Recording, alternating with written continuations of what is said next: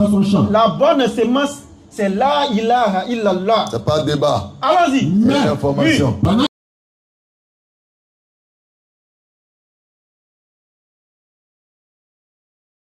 Le vivant, celui qui subsiste par lui-même Al-Qayyum, ni sommeil ni somnolence ne le saisissent.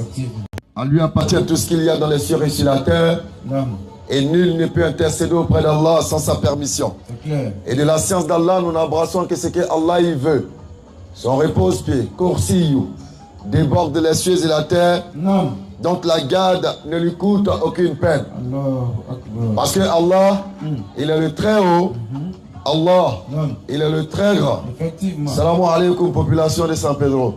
Wa alaikum salam wa rahmatullahi wa barakatuh. Bismillah. أعوذ بكلمات الله تعالى من كل شيطان وغامة من كل عين لامة أعوذ بكلمات الله تعالى من شر ما خلق بسم الله الذي لا يضر مع اسمه شيء في الأرض ولا في السماء وهو السميع العليم سبحانك لا علم لنا إلا ما علمتنا إنك أنت العليم الحكيم آمين. رب اشرح لي صدري آمين. ويسر لي أمري واحلل عقدة من لساني يفقهوا قولي آمين. Assalamu alaikum wa rahmatullahi wa barakatuh. Wa alaikum salam wa rahmatullahi wa barakatuh. Et bonsoir à ceux qui ne sont pas musulmans mais qui entendent ce soir ces paroles que je suis en train de proférer. Donc alhamdulillah, summa alhamdulillah, toute la gloire et la louange appartiennent à Allah le Seigneur des mondes. Non. Celui qui dépasse son immense grâce et son infinie miséricorde et bonté, afin que nous soyons présents sur cette esplanade ce soir. Et chers frères et sœurs, que vous soyez musulmans ou pas, on a pour habitude de le dire, mais Allah il le dit, le rappel profite aux croyants, sachant que nous sommes dans la meilleure assise qui puisse exister à la surface de la terre en ce moment. Et tel que les êtres humains, depuis la terre, lorsqu'ils lèvent les yeux, sont capables de voir les étoiles qui, n'est-ce pas, qui illuminent le ciel. Non. De la même manière, ceux qui peuplent les cieux, lorsqu'ils regardent la terre, qui est une boule de ténèbres, avec tout ce qu'il y a comme désobéissance, surtout en ce début de week-end, ils voient les endroits de rappel comme des points lumineux. Non. Et ça, c'est le prophète alayhi salatu wa salam qui nous le dit dans l'une de ses paroles. Et pourquoi? Parce qu'Allah le confirme dans le Coran en disant Wala zikrullahi akbar. Non. Il dit le rappel d'Allah est ce qu'il y a de plus grand. Allah il renforce encore ce qu'il dit dans ce verset en disant qu'en réalité, le rappel, Wazakir fa inna zikra tanfa'ul mu'min. Il dit le rappel en réalité c'est ce qui profite aux croyants et rappelle car le rappel profite aux croyants. Allahu Akbar. Donc chers frères et sœurs, nous sommes dans un endroit très profitable. Et dans la parole du messager d'Allah alayhi salatu wa salam, lorsqu'il est en train d'expliquer l'importance de ce genre d'assises là, lorsqu'il dit qu'il y a des anges qui se promènent pour rechercher les endroits où on fait le rappel, lorsqu'il dit que Allah il fait descendre dans un tunnel que ces anges là font jusqu'au ciel, il fait descendre sa sakina, sa sérénité du cœur. Il fait descendre, n'est-ce pas, sa rahma, qui est, n'est-ce pas, sa miséricorde. Il ajoute encore en disant, lorsque l'un des compagnons dit, ou l'un des anges dans ce hadith dit, qu'il y a un tel qui était à proximité de ceux qui faisaient le rappel, mais qui n'était pas venu pour le rappel. Allahu Akbar. Il était là pour une autre situation ou une autre chose. Non. Et là, le prophète alayhi salatu wa salam, il répond dans le hadith, il dit, même celui qui est à proximité d'eux, qui n'est pas venu exclusivement pour écouter le rappel, profitera de leur compagnie. Parce que la miséricorde qui descend dans les endroits où on fait le rappel d'Allah, elle profite à toute la localité, à tout l'entourage. La sérénité du cœur qu'Allah fait descendre profite à tout l'entourage. Donc sachons, chers frères et sœurs, que nous sommes dans le meilleur endroit qui existe, parce qu'il y a plusieurs assises dans ce moment précis. Il y a des assises, n'est-ce pas, qui sont faites pour parler simplement de la politique. Des assises où on parle, n'est-ce pas, excusez-moi, des femmes. Des assises où on parle des choses futiles, mais une assise où on parle de l'essentiel, une assise où on parle du but de la création de l'homme, en réalité c'est la meilleure des assises. Parce qu'Allah il va le dire dans la sourate 23, verset 115,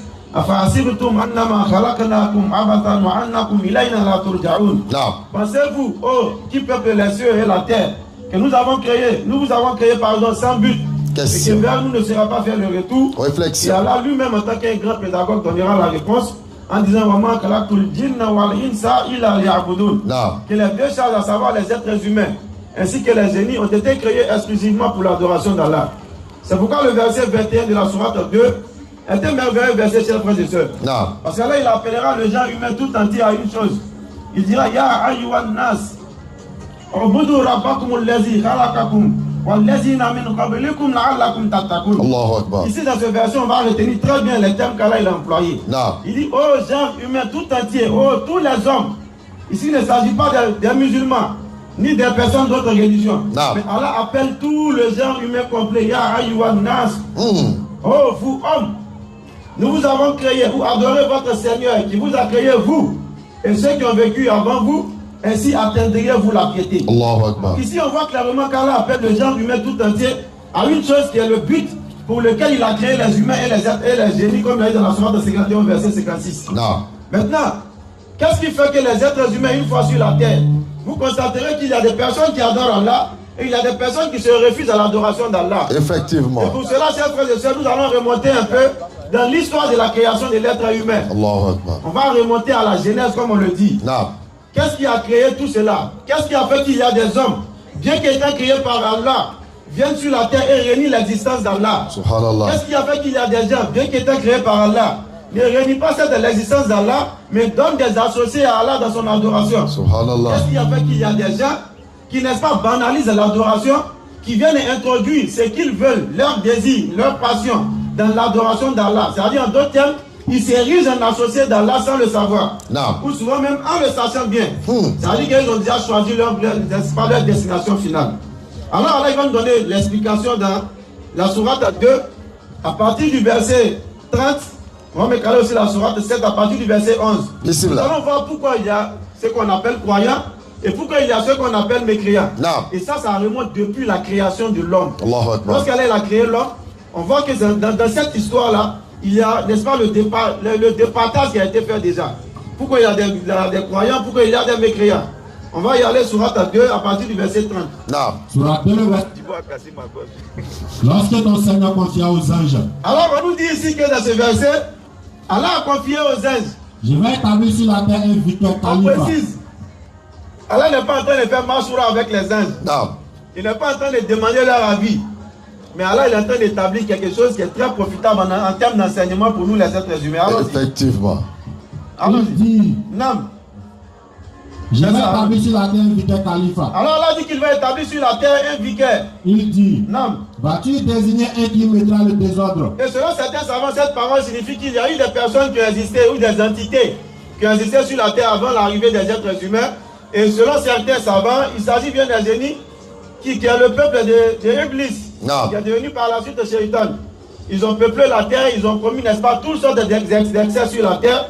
C'est ce qui a fait que les anges, selon certaines explications, ont dit, vas-tu désigner encore un qui va venir s'aimer le désordre sur la terre, alors que nous sommes là, et répandre le sang, alors que nous sommes là à t'adorer, et n'est-ce pas, à te glorifier. Allons-y. Il dit, en vérité, écoutez très bien, chers frères et sœurs. Je sais ce que vous ne savez. Allah dit, inni a'lamu ma la ta'lamun. Première des choses, premier enseignement qu'il y a ici, dans le fait que les anges disent quelque chose, alors que sur le ciel, il ne dit pas en même temps vous avez tort.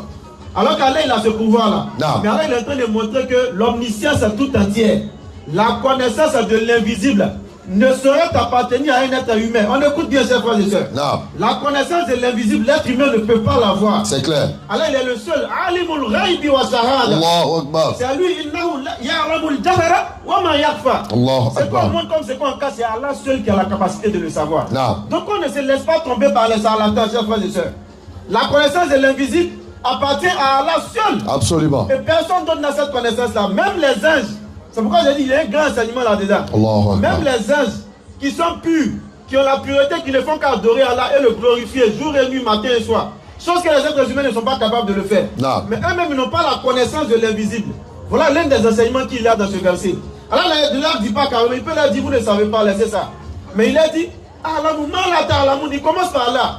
Mais en même temps, il ne bannit pas, n'est-ce pas, la vie que les anges ont donnée. Il va leur prouver avec des faits clairs qu'ils ont tort. Allons-y. Il a appris à Adam tout le nom de toutes choses. Alors encore passe ici par l'enseignement. Comme vous dites que l'enseignement est la base de toutes choses. L'enseignement est la base de toutes choses. C'est pourquoi le musulman ne doit pas rester ignorant. Effectivement. Le musulman doit toujours apprendre sa religion. On ne dit pas à tout le monde d'être savant comme on a pour habitude de le dire. Mais en tant que musulman, il faut être sachant. Un sachant, c'est qui? C'est celui qui a les bases, les rudiments nécessaires pour mieux faire son adoration. Pour ne pas qu'une tierce personne vienne te tromper. Pour ne pas qu'on te prenne, n'est-ce pas, un griffe comme un mouton. Ou un guide, où on veut, comme on veut, quand on veut. tous les musulmans doivent avoir la base nécessaire de leur religion. Absolument. Pas beaucoup. Les solats obligatoires. Pourquoi tu le fais? Comment tu dois le faire? Il faut pouvoir le savoir, chers frères et sœurs. À quel moment tu pries, à quel moment tu ne pries pas? En tant que musulman, il faut le savoir, il faut l'apprendre. Allons-y. Puis, oui. Il a appris à Adam maintenant de toutes choses. L'apprentissage de toutes choses. Puis il a présenté aux anges et dit, informez-moi d'un nom de cela. Alors il a appris à Adam et il demande aux anges, à qui il a dit auparavant que vous ne savez pas ce que je sais. Alors informez-moi. Si vous êtes vraiment véridique dans votre interprétation, de pouvoir dire que ce que je dis je vais faire là, c'est pas forcément ça. Allons-y. Il dit, oui. Gloire à toi. L'humilité, lorsque celui qui sait plus que toi vient t'adresser l'enseignement. Deuxième enseignement qu'il y a. Allahu Akbar. Lorsque celui qui sait plus que toi vient t'adresser un enseignement, il faut pouvoir être humble et recevoir, accepter l'enseignement qui t'est donné. Voilà deuxième leçon qu'on peut retenir dans ce fait-là. Lorsque Adam va leur dire le nom des choses, automatiquement les anges vont, n'est-ce pas, ils vont se soumettre face à la science. Parce que face à la connaissance, nous devons nous soumettre. Lorsque les preuves viennent, nous ne devons pas, n'est-ce pas, venir ajouter quoi que ce soit qui vient de nos passions propres, chers frères et sœurs. Et vous allez comprendre pourquoi je suis en train de dire tout ça dans la suite du développement, Inch'Allah. Il dit, allons-y.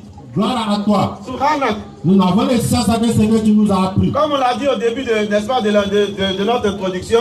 La ilma lana illa ma alamtana. Oui. C'est toi l'omniscient. C'est Allah qui est l'omniscient. Le sage. Parce que nous n'avons de savoir que ce que Allah nous apprend. Absolument. Donc toi qui quittes avec une science ailleurs, que tu viens introduire dans cette affaire qui est notre dîme, qui est notre religion, donne-nous la preuve de qui t'a appris ça. Donne la preuve. Qu'est-ce que ça veut dire? Troisième leçon. Non. Nous n'avons de savoir que ce que Allah a enseigné à son prophète et ce que son prophète nous a apporté. Allahu Akbar. Si une science quitte ailleurs, qu'on soit capable de nous donner l'enseignement qu'il y a. Non. C'est Allah qui m'a enseigné ou nous a enlevé ça. Si tu dis c'est Allah qui t'a enseigné, si tu nous dis que tu es prophète, il n'y a pas de problème. Allons-y. Il dit, allons. Oh Adam, informe-le des noms de ces noms. Ensuite, nous rentrons maintenant dans les faits. Informe-le des noms de ces trucs. Allons-y. Puis, rapidement. Quand celui-ci informé de ces noms, oui, dit, non. Que je connais le mystère de Dieu et de la paix. Et que je sais ce que vous divulguez et ce que vous cachez. Allons-y. Et lorsque nous demandons aux anges de se prosterner devant Adam. Voilà le deuxième point de l'histoire, chers frères et sœurs. Il se prosterne à l'exception lorsque Allah honore Adam vis-à-vis des anges, alors maintenant pour, n'est-ce pas, matérialiser cet honneur, pour matérialiser ce califat qu'il a dit qu'il allait donner à notre père Adam, qu'il allait établir sur la terre, il demande à qui peuple les cieux de se prosterner devant lui, en obéissance pour lui Allah, pas en adoration pour notre père Adam. Absolument. Pas en adoration, on ne se prosterne pas devant une créature en guise d'adoration. Jamais. On ne se prosterne pas devant une créature, chers frères et sœurs. Non. Faisons beaucoup attention, il y a beaucoup de leçons dans cette histoire-là. Si on veut vraiment décortiquer à la lettre, on va tirer beaucoup de choses que nous voyons aujourd'hui malheureusement dans notre communauté et ailleurs. Non. La prosternation qui est faite ici, c'était une obéissance à Allah. Et non une adoration adressée à notre père Adam. Non. Il faudrait que nous fassions très attention. Allahu Akbar. Tout le monde saura de quoi je parle. On voit ici ce qui se passe. Allons-y. Il se prosternait. À l'exception d'Iblis qui refusa. Alors Iblis ici, il refuse. S'enfla d'orgueil. Quelque chose de très important, l'orgueil. Iblis, n'est-ce pas, va s'enfler d'orgueil. Alors qu'en réalité, le seul qui est, n'est-ce pas, le digne de porter l'orgueil. Parce que c'est celui qui a tout créé. Absolument. C'est celui qui porte l'attribut Al-Mutakabbir. Allahu Akbar. Qui est Allah, Jalla Jalalu. Qui est Allah, qui est le très au-dessus de toutes les créatures. Allahu Akbar. C'est lui seul qui doit porter l'orgueil. Allahu Akbar. Malheureusement, il a porté cet orgueil-là. En ce moment, il était encore Iblis. Mais après avoir été orgueilleux et désobéissant vis-à-vis d'Allah, on va aller dans la sourate 7, où, n'est-ce pas, cette action-là va être plus encore détaillée. Et c'est ça la beauté du Coran. Allah dit. Une histoire peut être expliquée ici, mais le détail est donné dans une autre sourate. Absolument. Et c'est ce piège-là que malheureusement les mécréants, les détracteurs de l'islam n'arrivent pas à comprendre. Ils comprendront jamais. Lorsqu'ils prennent un verset, ils le prennent, ils le lisent à la lettre et littéralement ils essaient d'expliquer et ils essaient de présenter ça comme étant, n'est-ce pas, une contradiction, une erreur coranique. Effectivement. Alors que le verset peut être donné dans la sourate 2 et les détails sont donnés dans la sourate 7 comme ce verset que nous lisons. Allahu Akbar. Le verset est donné de manière résumée, de manière globale. Mais les détails sont donnés dans la sourate Al-A'raf. Donc si tu ne lis pas de Fatiha jusqu'à la sourate Nas, tu ne peux pas prétendre que j'ai vu un truc dans le Coran qui ne me paraît pas clair. Ça veut dire que toi tu as lu sourate Baqara seulement. Tu viens dire non, il y a lu ça là, mais ce n'est pas encore clair dans ma tête. Lis de Fatiha jusqu'à Nas. Parce que l'explication que tu cherches peut être donnée dans une autre sourate. Non. Mais tu n'as pas tout lu. Non. Tu t'es adressé à un seul verset, tu dis non, je ne comprends pas. Comme maintenant, malheureusement, nous les êtres humains, on est paresseux. Effectivement. Ça, surtout notre communauté, chers frères et sœurs. Non. On est beaucoup paresseux face à la recherche de la connaissance. On est beaucoup paresseux face à la simple lecture. Simplement lire, là, c'est difficile pour nous. C'est quoi beaucoup, n'est-ce pas, aujourd'hui, se laisse égarer par tout ce qu'on voit. Allons-y. Nous avons créé. Oui, non, va directement au verset 12. Allons-y. Allah dit. Oui. Qu'est-ce qui t'empêche de te prosterner? La même histoire qui a été racontée là-bas, des détails vont être donnés ici. Allons-y. Allah dit. Oui. Qu'est-ce qui t'empêche de te prosterner? Allons-y. Quand je te l'ai commandé, il répondit. Allons-y. Je suis meilleur que lui. Oui. Tu m'as créé de feu. De l'autre côté, Allah a simplement montré l'orgueil dont a fait preuve à Iblis. Non. Mais Allah va nous donner ici ce qu'il a dit comme parole qui montre son orgueil clair. Il dit, je suis meilleur que lui. Tu m'as créé de feu. Je suis meilleur que lui. Non. Mais qui l'a rendu meilleur? Question. Qui lui a donné la révélation? Qui l'a informé qu'il était meilleur que l'autre? Révélation. Comme toi qui penses être meilleur en fonction des actions que tu fais que les autres, qui t'a informé que tu es meilleur que les autres? Allahu Akbar, ne vantez pas votre l'intimité, le halakha que tu as avec Allah, non. Tu es le seul à le savoir. Parce que l'apparence physique n'est pas forcément gage un espace de piété. Non. Qui t'a informé que tu es meilleur que les autres? Pour que tu essaies de te prévaloir sur ces personnes-là. Le musulman ne doit pas, n'est-ce pas, être orgueilleux au point de se croire meilleur que les autres. Quelle que soit l'action qu'il fait, quelle que soit la science qu'il détient, il ne doit pas, n'est-ce pas, s'auto-proclamer comme étant meilleur. Ça, c'est un enseignement qu'il y a encore dans ce verset, chers frères et sœurs. Et le Coran est rempli d'enseignements pour qui, n'est-ce pas, veut recevoir l'enseignement qu'il y a dessus. Effectivement. Allons-y. Il dit, oui, je suis meilleur que lui. Je suis meilleur que lui. Tu m'as créé de feu. Et qu'est-ce qu'il a utilisé, n'est-ce pas, pour se prévaloir sur notre père Adam? Question. N'est-ce pas, c'est la matière de sa création. Non. Il dit que lui, il a été créé de feu. Alors que. Et notre père a été créé. Tu l'as créé d'argile. D'argile. Donc lui, pour lui, ça fait de lui un meilleur. Subhanallah. Voilà comment Iblis va, n'est-ce pas, encourir la colère d'Allah pour commencer. On continue la suite du verset. Allah dit. On écoute très bien, chers frères et sœurs. Descends d'ici. Alors Allah, après avoir désobéi, va, n'est-ce pas, le chasser de la position de gloire dans laquelle il se trouvait au ciel. Il était dans une position d'adorateur. Allah va le faire passer de Iblis à Shaitan. Allah va le faire passer de, n'est-ce pas, celui qui était un adorateur à celui-ci qui, tous les problèmes de l'humanité sont accusés aujourd'hui. Parce qu'aujourd'hui, quelqu'un commet une action. Il dit c'est Satan qui a fait.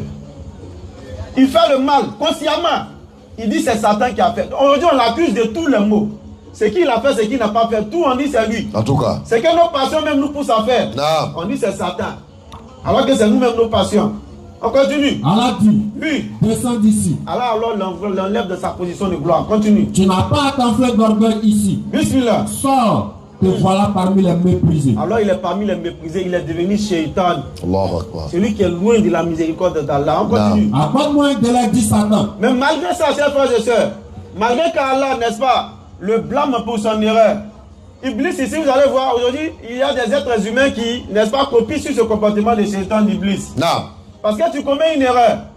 Allah t'attrape pour ton erreur. Contrairement à notre père Adam, dans la sourate 2, verset 37, qui, n'est-ce pas, va proclamer, va quémander, n'est-ce pas, la repentance. Allah va lui donner les paroles de repentance qu'il va prononcer au travers des paroles que nous connaissons tous. Rabbana, Zolamna Anfusana. Nous nous sommes fait du tort à nous-mêmes. Mais contrairement à notre père Adam, Iblis, lorsqu'il fait une erreur, et quand on le blâme pour son erreur, il essaie de justifier cette erreur-là. Et il cherche un espace, ce qu'on appelle des boucs émissaires. J'ai fait ci parce que ça. Comme on pourrait le voir aujourd'hui, dans nous-mêmes nos comportements. Aujourd'hui, la femme, malheureusement, tu vois qu'elle a dénudé son corps.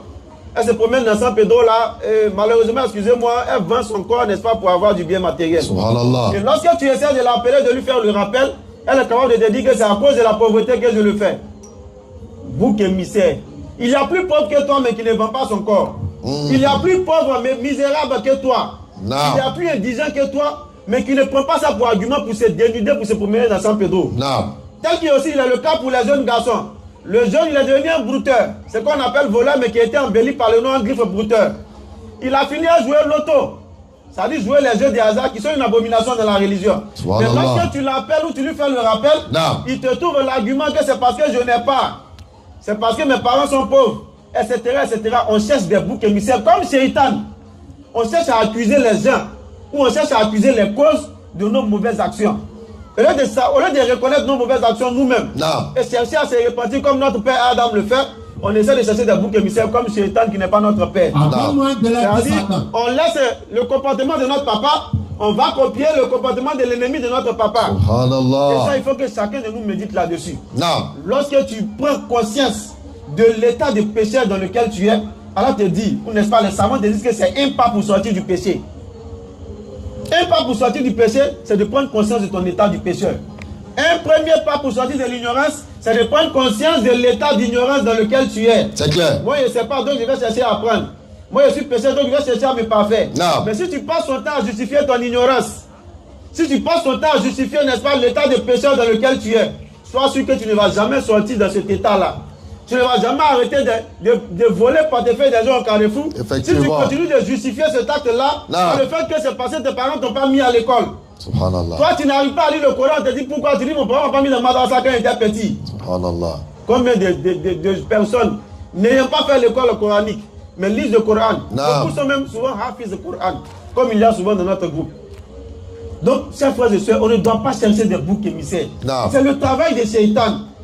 Ce n'est pas le travail de notre père Adam. Ce n'est pas ce qu'Allah il aime. Ça, c'est le travail, c'est le comportement de Shaitan et de l'Iblis. Allons-y. Et en plus de cela, après avoir cherché des boucs émissaires, il demande un délai à Allah. Mais pour faire quoi? Pour se repentir? Jusqu'au jour sera ressuscité. Ah, c'est pas pour se repentir qu'il demande un délai. Allah dit. Il demande un délai pour se venger. Tu sais à qui délai accordé. Allah lui a accordé son délai. Puisque tu m'as mis en erreur, dit Satan. Et encore, comme je le disais tantôt, il n'accuse pas lui-même sa propre personne de sa mauvaise action, mais il dit tu m'as mis en erreur. Alors que Adam et notre mère Hawa, ils disent pardon, nous nous sommes fait du tort à nous-mêmes. Mais Iblis et Shaitan dit tu m'as mis en erreur. Il dit c'est Allah qui l'a mis en erreur. Eux ils ont dit non, c'est eux-mêmes qui sont fait du tort. Lui il dit c'est Allah. Donc regardons-nous dans ce miroir-là, dans ce miroir coranique. Est-ce que nous on ne fait pas ça souvent? Si on le fait, il est temps ce soir de changer de comportement, de se repentir, d'emprunter la voie de notre père Adam. Parce que Allah l'a élu après cela. Il a dit Inna Allah astafa Adam. Ainsi de suite du verset. Il a dit qu'il a élu Adam. Mais il n'a pas élu parce qu'il est pécheur. Il est élu parce qu'il a, n'est-ce pas, il s'est repenti de son péché. Comme le frère d'Allah nous enseigne dans l'une de ses paroles que Kullu Bani Adam Khataou. Tous les, n'est-ce pas, fils d'Adam sont des pécheurs. Mais parmi eux, parmi ces pécheurs-là, le meilleur c'est celui qui se répand. Allahu Akbar. Comme notre père Adam l'a été. Allahu Akbar. Allons-y, on continue. Puisque tu m'as mis en erreur, dit Satan. Il dit tu m'as mis en erreur. Allons-y. Je m'assoirai pour sur ton chemin droit. Il dit qu'il va s'asseoir, chers frères et sœurs. Voilà d'où prend la racine de l'histoire. Je m'assoirai pour eux sur ton droit chemin. On continue, oui. Je l'assaillerai de devant. Il dit qu'il va assaillir, n'est-ce pas, les fils d'Adam. De devant, de derrière, de la droite et de la gauche. Ça veut dire que Shaitan, il a pris l'engagement qu'il ne va pas nous laisser des répits, chers frères et sœurs. Et pour la plupart, tu ne les trouveras pas reconnaissants. Nous ne serons pas reconnaissants vis-à-vis des grâces d'Allah. Sors de là. Alors Allah va le chasser encore dans une seconde fois de cette position-là. Allons-y. Dis Allah. Oui. Banni et rejeté. Il est banni, il est rejeté. Quiconque te suit parmi eux. Oui. De vous tous. J'emplirai l'enfer. Allahu Akbar. On continue sur le Adam. Après ça, tu vas sur la sourate 2, verset 38. Oh Adam. Oh Adam. Oui. Habite le paradis. Non. Toi et ton épouse. Ok. Et ne mangez en vous deux à votre guise. Rapidement. Et n'approchez pas de l'arbre que voici. Oui. Sinon, vous serez du nombre des injustes. Voilà le verset suivant rapidement. Puis le diable, afin de leur visible ce qui leur était caché. On va tirer l'enseignement qu'il y a ici avant d'aller de l'autre côté. Oui. Leur chuchota disant, votre Seigneur nous a interdit cette table pour vous empêcher de devenir des anges ou des immortels. On écoute la suite. Et il leur jura. Vraiment. C'est bon. On dit Shaitan leur jura. Ça dit Shaitan est en train de jurer sur un sermon mensonger. Hey, les fils d'Adam. Toi tu mens et puis on te demande est-ce que tu as su, tu dis Wallahi billahi. Subhanallah. C'est le comportement de Shaitan. Subhanallah. C'est Shaitan a pris pour tromper notre papa Adam. Il a juré. Les savants nous expliquent ce verset en disant que si vous voyez que Adam a cru à ce que Shaitan a dit, c'est parce qu'il a juré. Il a juré. Parce que Adam étant, comme mon frère a pour l'habitude de le dire, un gros bébé barbu, ça veut dire un adulte mais qui est un enfant parce qu'il ne connaît pas le mal. Effectivement. Lui, il s'est dit que personne ne peut mentir sur Allah et puis jurer. Comme dans la sourate dans le verset des djinns, ça c'est fort. pour les djinns, on dit qu'ils ne pensaient pas que quelqu'un pouvait mentir sur Allah. C'est la même chose ici. Non. Ils ne pensaient pas que Shaitan ou une entité créée par Allah, que ce soit ange ou djinn, peut dire quelque chose et puis jurer vis-à-vis d'Allah. En train de mentir, il jure. Bon, nous aussi, on a la gare ici. Non. Tous les jours, on jure et puis on ment. Subhanallah. Dans nos différents commerces, on jure et puis on ment. Dans nos différents foyers, on jure et puis on ment. Subhanallah. Dans nos relations avec, n'est-ce pas, nos collaborateurs à l'école, partout, on jure et puis on ment. Subhanallah. Si on est dans ça, on n'a qu'à quitter ce comportement du diable. Oh. C'est le comportement de Shaitan. Subhanallah. Jurer et puis mentir, c'est le comportement de Shaitan. Donc, il ne faut pas ça t'étonner si tu te retrouves vers Shaitan quelque part. Parce que tu fais tout ce qu'il fait. Tu as copié. Tu suis les traces de Shaitan. Alors qu'Allah il a dit, dans la sourate 36 au verset 60, là tu lèves sur notre verset. Alam ahada ilaykum ya bani Adam, Allah ta'abudu Shaitan. Ne vous êtes pas recommandé aux fils d'Adam de ne pas suivre les pas de Shaitan. Allahu Akbar. Parce qu'il est quoi? Un ennemi déclaré pour vous. Allah. Et dans plusieurs passages, Allah il nous recommande cela. Il nous interdit de suivre dans la sourate 2 aussi au verset 208. Allah dit, Ya ayyuhallazina amanu, udkhulu fi silmi kafatan. Rentrez en plein dans l'islam, chers frères et sœurs. Voilà, tattabi'u khutuwati shaitan. Ne suivez pas les pas de Shaitan. Dans plusieurs passages, là, nous recommande cela. Il nous ordonne de ne pas suivre les pas de Shaitan. Mais regardez nos comportements et puis regardons ces versets, n'est-ce pas, que nous avons lus. Et je suis sûr que beaucoup de personnes, n'est-ce pas, s'attendaient pas à des exhortations de ce genre. Beaucoup s'attendaient souvent, quand on lit la Bible, on va venir lire Matthieu, Luc, Marc. On va venir lire Matthieu, Luc, Marc. Alors qu'avant d'appeler les gens, il faut que nous-mêmes, on stabilise nos positions. Très important. Il faut que les musulmans d'abord soient stabilisés dans l'islam. Pour ne pas que quelqu'un arrive à les tromper demain. Effectivement. Et dans cette stabilisation des musulmans dans l'islam, il y a le fait, n'est-ce pas, de faire le rappel. Parce que c'est le rappel qui profite aux croyants. Non. Donc, souffrons, chers frères et sœurs, que nous puissions se parler entre nous. Non mauvais comportements qui font que les gens, n'est-ce pas, voient souvent l'islam et puis ne s'approchent pas là. C'est ce comportement que je suis en train de citer là. Le fait de suivre les pas de Shaitan, alors qu'elle nous a recommandé à maintes reprises dans le Coran de ne pas suivre les pas de Shaitan. Donc si tu as ces gens de comportement qu'on vient de dire, dis-toi que je suis sur la voie de Shaitan. Il faut que je quitte sur sa voie pour emprunter la voie de mon père Adam. On ne te demande pas beaucoup. Voilà ton papa, voilà l'ennemi de ton papa. Tu suis qui entre les deux? Question. Bon, si tu ne le savais pas que tu suivais les traces de l'ennemi de ton père, alors dès maintenant tu le sais. Il faut changer de situation. Comme notre père Adam s'est repenti et puis Allah l'a élevé, Allah l'a élu. Voilà l'objectif de ces gens d'exhortation. On va continuer sur l'histoire. Et il leur jura. Oui. Vraiment. Non. Je suis pour vous deux un bon conseiller. Voilà ce qu'il a fait et puis notre père Adam l'a cru. Non, c'est pas parce qu'il était trop naïf. C'est jurer là seulement qu'il a fait qu'il dit bon, l'homme ne peut pas jurer et puis mentir. Donc, on va sur la sourate 2 verset 38. Allahu Akbar. Pour résumer l'histoire rapidement. Sinon il y a encore des versets. Allons-y. Puis. On a pris par le temps. Puis. Oui. Adam reçut de son Seigneur. Adam reçut de son Seigneur. Des paroles. Non. Et Allah agrée à son repentir. Ça c'est le verset 37, dans le verset 38. Au verset 38. Allons-y. Nous dîmes. Non. Descendez d'ici vous tous. Écoutons très bien la suite de l'histoire. Toutes les fois. Toutes les fois. Que je vous enverrai un guide. Là où on va toucher un peu à l'interreligieux. Toutes les fois qu'Allah enverra un guide. Ceux qui le suivront. Ceux qui vont suivre le guide qu'Allah va envoyer. N'auront rien à craindre. En réalité, ils n'auront pas à craindre. Ils ne seront point affligés. Ils ne seront point affligés. Et Allah nous dit dans la sourate 16 au verset 36, conformément à cette parole qu'il a donnée. Non. Voilà, quand de ba'athna fi kulli ummatin rasulan an ya'budullaha wa yajtanibu at-taghut. Allahu Akbar. Il a envoyé, n'est-ce pas? Dans chaque communauté. Oui. Un messager pour la dire. Un messager comme il a dit à notre père Adam. Il allait envoyer des guides. Il allait envoyer des guides. Ceux qui suivront ces guides-là seront ceux qui vont réussir. Et ceux qui refuseront de suivre ces guides seront ceux en réalité qui seront les perdants. Allons-y. C'est clair. Pour la dire. Oui. Adorer Allah. Donc il a envoyé des messagers pour dire au peuple, à tous les peuples, il dit Kulli ummatin. Allah dit qu'il a envoyé un messager dans chaque communauté. Pour la dire. Pour répondre, sur 4 verset 163 à 164, tout à l'heure si tu finis. Pour répondre à ceux qui disent, mais est-ce qu'il y a un messager qui a été envoyé en Afrique? Allah dit qu'il a envoyé un messager dans toutes les communautés. Allahu Akbar. Si l'Afrique, dans le temps, constituait une communauté, alors ils ont reçu un messager. D'où le fait que quand vous regardez dans, n'est-ce pas, nos ancêtres, ils connaissent l'existence d'un Dieu unique, suprême, à qui appartient toutes choses et dont le commandement est au-dessus de tous les autres commandements. Allahu Akbar. Nos pères, nos ancêtres le savaient. Non. Mais par la suite, Comme ce fut le cas pour l'histoire de Nuh alayhi salam, Shaitan va envoyer l'idolâtrie en passant par, n'est-ce pas, l'embellissement des actions des pieux prédécesseurs. Il va venir dire que vos ancêtres étaient des personnes qui avaient adoré. Forger des images. Lorsque vous verrez ces images-là, vous allez vous rappeler de ça, vous fera adorer Allah. Voilà comment l'idolâtrie vient sur la terre. Non. Et ils vont forger les images. 1, 2, 3, 4, 5 générations vont passer. Par la suite, ceux qui vont venir après ne savaient pas pourquoi juste les images ont été forgées. Et ils vont prendre ces images-là comme intermédiaires entre eux et Allah. Voilà comment l'idolâtrie rentre. Donc si vous voyez que dans des familles, ils prennent des intermédiaires entre eux et Allah, ne pensez pas qu'ils n'ont pas connu Allah. Ils ont connu le tawhid. Parce que Allah l'a dit. Et Allah, lorsqu'il dit c'est ça qui est ça. Absolument. Il dit qu'il a envoyé dans toutes les communautés un messager pour appeler les gens à délaisser les mauvaises voies. À délaisser l'adoration de tout autre pour se tourner vers l'adoration d'un seul qui est Allah. Et ça a été fait.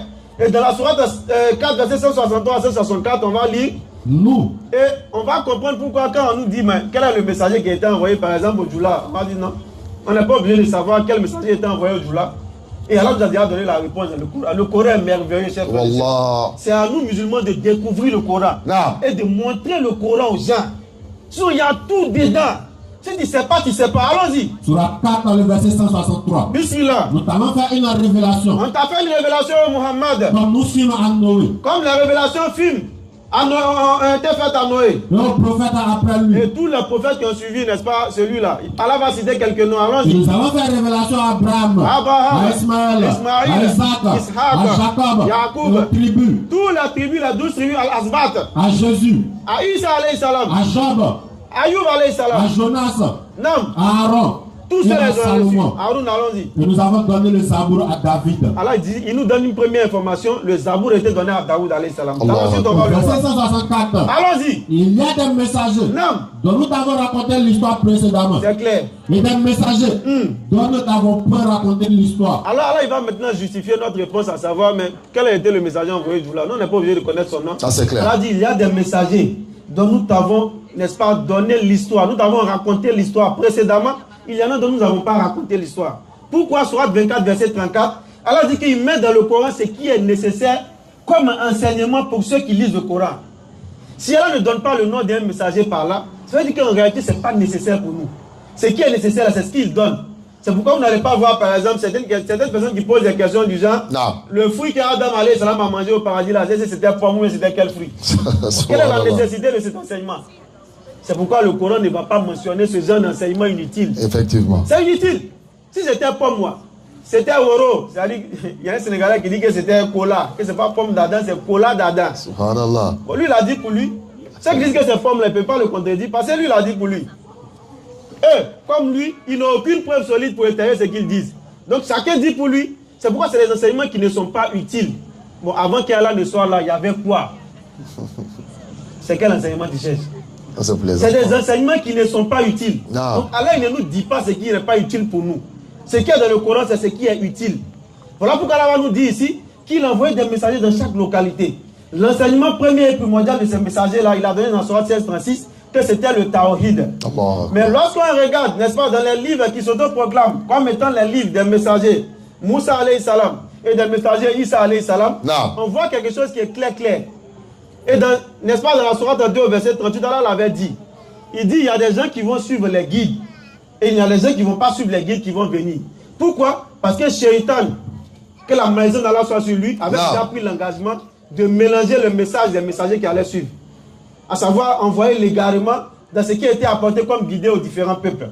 Et c'est ainsi qu'il va, n'est-ce pas, ainsi de suite, que l'avènement des messagers vont venir, il va venir, n'est-ce pas, introduire les faux enseignements dans les bons enseignements du Tawhid qui ont été laissés par ces messagers. Ça c'est clair. Et on voit ici, comme je l'ai dit dans la sourate, dans Deutéronome 31, pardon, verset 29, que tu vas caler, Deutéronome 31, verset 29, ainsi que dans Matthieu 13, verset 25, on va se limiter à ces deux versets, et Inch'Allah, passer la parole à mon frère.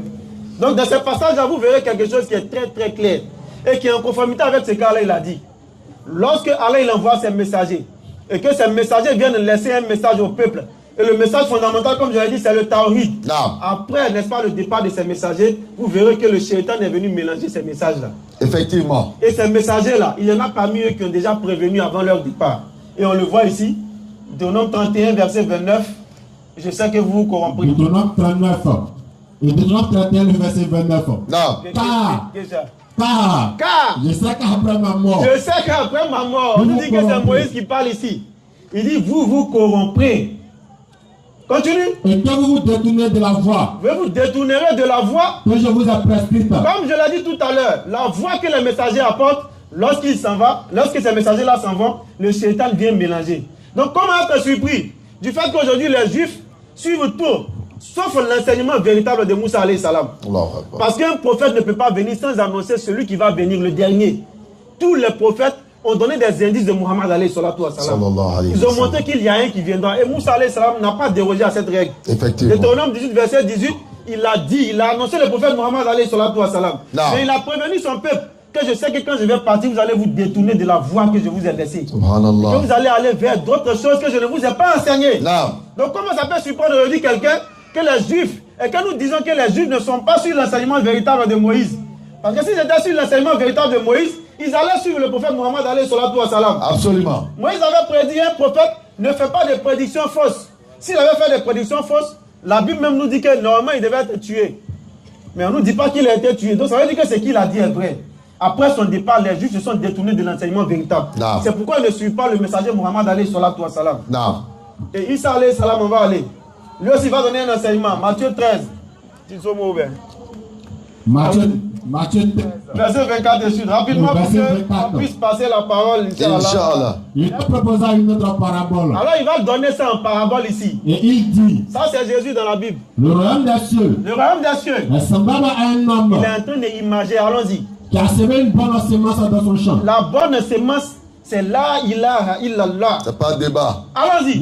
Information. Oui. Pendant que les gens dormaient. Son ennemi vient. C'est-à-dire pendant que les gens ont reçu le message et qu'ils ont, n'est-ce pas, ils n'ont pas propagé ce message.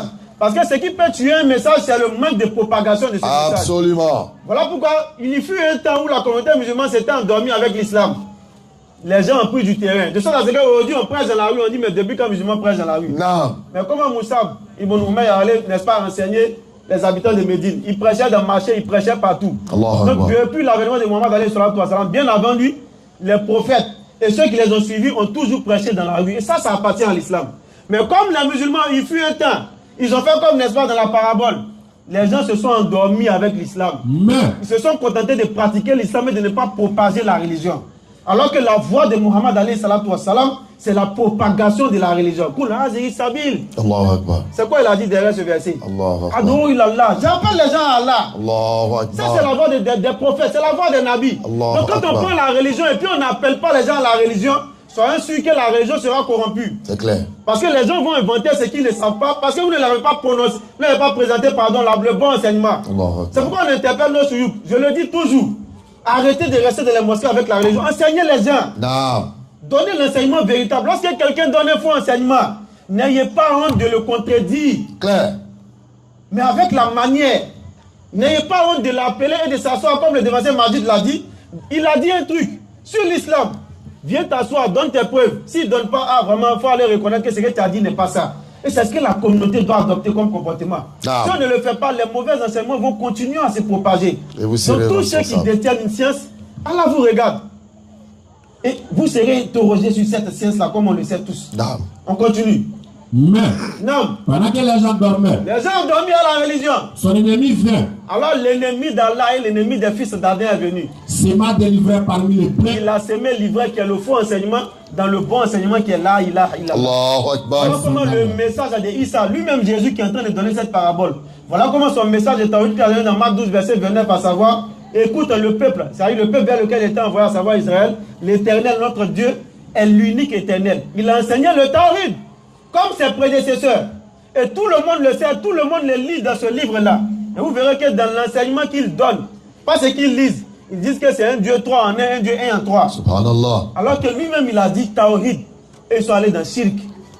Lui, il a dit 1. Et ils disent 3. Voilà comment le shaitan vient mélanger ses propos-là. Et on termine sur la sourate 7 au verset 158. Où Allah va venir ramener les gens vers le véritable enseignement. Logiquement, on devait bien développer, mais on n'est plus par le temps. On va terminer sur ce verset, Inch'Allah. Pour qu'on puisse comprendre qu'Allah n'a pas laissé cette erreur-là. Allah a corrigé l'erreur en envoyant, n'est-ce pas, le correcteur de toute erreur. La vérité que le prophète Muhammad alayhi salatu wa salam, qui est apparu avec une vérité aussi. il est apparu et l'erreur normalement doit disparaître. Comme la sourate 17 au verset 31. Allahu Akbar. Voilà la vérité qui est apparue. Allons-y. 7, le verset 158. On termine sur ce verset. Dis. Alors le prophète Mohammed sallallahu alayhi wa sallam, il vient, alors lui dit, dis, c'est un ordre. Oh homme. Je vous avais dit tout à l'heure de retenir le verset avec lequel nous avons commencé, sourate 2, verset 21.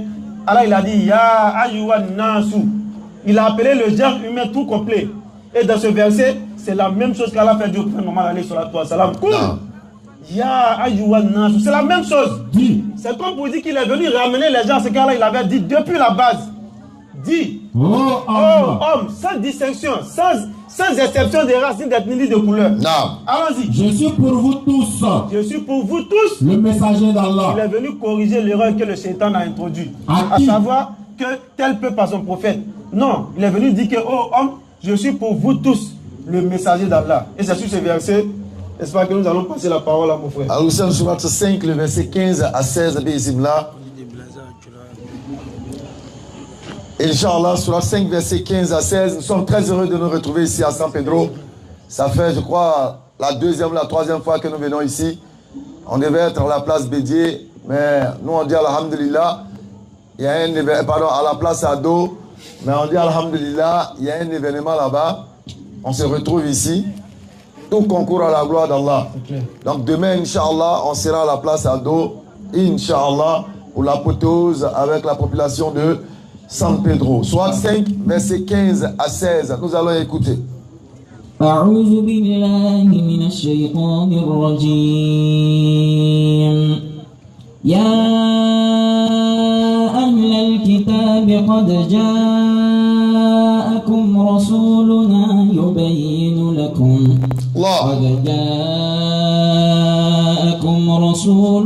يبين لكم كثيرا مما كنتم تخفون من الكتاب الله أكبر مما كنتم تخفون من الكتاب ويعفو عن كثير قد جاءكم من الله نور وكتاب مبين. Comment vous faites pour ne pas aimer le Coran? Atakbir, Summa takbir.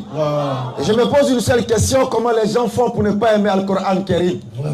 Après une lecture aussi salmodiée magnifiquement par Al-Hussein, comment vous faites pour ne pas aimer le Coran? Question, réflexion. Surat 5, le verset 15. Que nous dit Allah? Oh gens du livre. Oh gens du livre. Votre messager Muhammad. Oh gens du livre. Votre messager Muhammad. Que tu sois juif, que tu sois chrétien. Oh gens du livre. Notre messager Muhammad. Notre messager Mohammed. Vous êtes certes venu. Il est venu. Vous exposant beaucoup de ce que vous cachez du livre. Parce que nous savons que les conciles ont travaillé sur les livres. Écoutons. Ils ont travaillé sur les livres, les conciles. Ils ont caché des choses, ils ont présenté des choses, ils ont ajouté des choses. Mais c'est là. Nous exposons beaucoup de ce que vous cachez du livre. Non. Et passons sur plein d'autres choses. Allahu Akbar. Une lumière. Une lumière. Un livre explicite. Un livre explicite. Nous sommes venus d'Allah. Parce sur le Coran. Par le Coran. Allah dit dans le chemin du salut, ceux qui cherchent son agrément.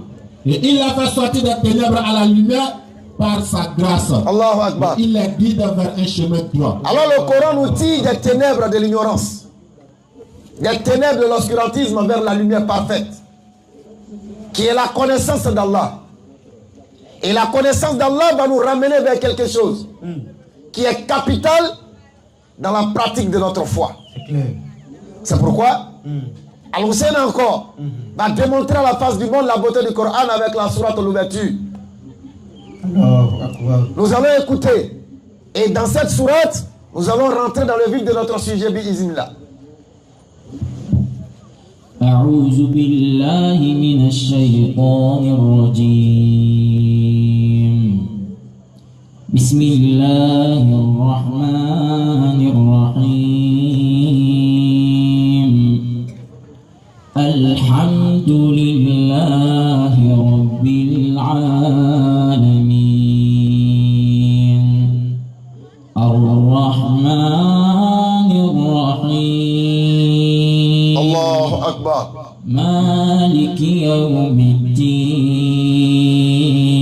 Méditez sur ces paroles. إياك نعبد وإياك نستعين. اهدنا الصراط المستقيم صراط الذين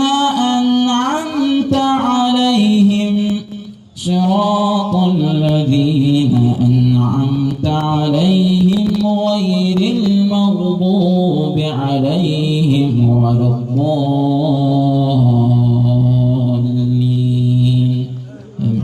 La plus grosse tristesse, c'est que souvent nous récitons ces hayas sans pour autant tenir compte de la profondeur spirituelle que Allah y recherche. La méditation, la connexion, fait corps avec ce que nous récitons. Effectivement. Entrer dans le haya comme si tu y étais, comme si c'était à toi ça avait été donné. Maintenant, nous allons écouter ce que ces versets nous disent. Allons-y. Et c'est dans cela que nous va rentrer maintenant dans le sujet. Inch'Allah. Bismillah. Au nom d'Allah, le tout miséricordieux, le très miséricordieux. Louange à Allah, Seigneur de l'univers. Le tout miséricordieux, le très miséricordieux. Maître du jour de la rétribution. C'est toi seul que nous adorons. Et c'est toi seul dont nous implorons secours. Guide-nous dans le droit chemin. Guide-nous dans le droit chemin. Guide-nous dans le droit chemin. Plus de 5 fois par jour, on demande à Allah tous ici que Allah nous guide sur le sirat al-mustaqim. Guide-nous dans le droit chemin. Le chemin de ce que tu as comblé de tes faveurs. Et puis, on dit encore à Allah, pas n'importe quel chemin. Le chemin de ceux que tu as comblé de tes faveurs. Non, pas de ceux qui ont couru ta colère, ni des égarés. Mais le chemin de ceux que Allah il a comblé de ses faveurs. Il y avait quoi sur ce chemin-là? Question réflexion. Sourate 29, verset 2 à 3. Sourate 29, verset 2. Ça nous m'en a demandé, hein? Est-ce que les gens pensent? On dit Allah, guide-nous sur le sirat al-mustaqim de ceux que tu as comblés de tes bienfaits. Ma amofo. Ko Allah amla siraka. Ya nabi nyuma ya mo nyuma yi kanu nyoy. Ina iblara sirama mika. Anu le folaka. On ne sait pas ce qu'on dit. Mais est-ce qu'on a cherché à savoir il y avait quoi sur ce chemin-là? Est-ce que les gens pensent qu'on les laissera dire nous croyons sans l'être éprouvé? Certes, nous en avons éprouvé ceux qui ont vécu ainsi. Ahoko, ko ay kono kay mina fo. Amu siramale. Yo chaka che ko no machi musulman. Bitu che ko no machi musulman. Allah dit tu penses que tu vas dire ça sans qu'on ne te fasse passer par la voie de l'épreuve. Question réflexion. Comme ont été éprouvés ceux qui ont vécu en nous. Sur le verset 214. C'est ce qu'on a dit. Hein? Effectivement. Sur le verset 214. Pourtant sur cette voie il y a l'épreuve. C'est clair. Pensez-vous entrer au paradis? Non. Alors que vous n'avez pas encore subi des épreuves semblables à celles que subissent ceux qui vécurent avant vous. Allahu Akbar. Misère et maladie les avaient touchés. Et il fut secoué. Jusqu'à ce que le messager avec lui, ceux qui avaient cru, se fussent à écrier. Quand viendra le secours d'Allah? Allahu Akbar. Quoi? Le secours d'Allah est sûrement proche. Non. Comme l'a dit Yasraka. Non. On a pensé que cette voie des aimés de Dieu, il n'y avait que des roses, des sucreries, il y a les clims, il y a le salon fêtré. Pourtant, sur la voie des aimés d'Allah, il y a la purification par l'épreuve. Sourate 2, verset 155. C'est pourquoi relis-moi encore la sourate 29, le verset 3. Vous allez voir la raison pour laquelle cette épreuve surgit dans notre vie. Sourate 29, le verset 2. Est-ce que les gens pensent qu'on les laissera dire? Est-ce que vous pensez qu'on va vous laisser dire? Nous croyons. Sans Sans les éprouver. que la garabini laïka. Surah 2, verset 155. Continue. Il y a des éléments que je vais dedans. Certes. Pourquoi Allah il veut nous éprouver? Certes. Nous avons éprouvé ceux qui vécurent avant eux. Nous avons éprouvé ceux qui étaient sur le sirat al-mustaqim. Ainsi. Allah connaît ceux qui disent la vérité et ceux qui mentent. Ainsi, Allah dit toi tu dis je suis musulman sur la langue, il va savoir. Je suis musulman dans le cœur, il saura. C'est pourquoi dès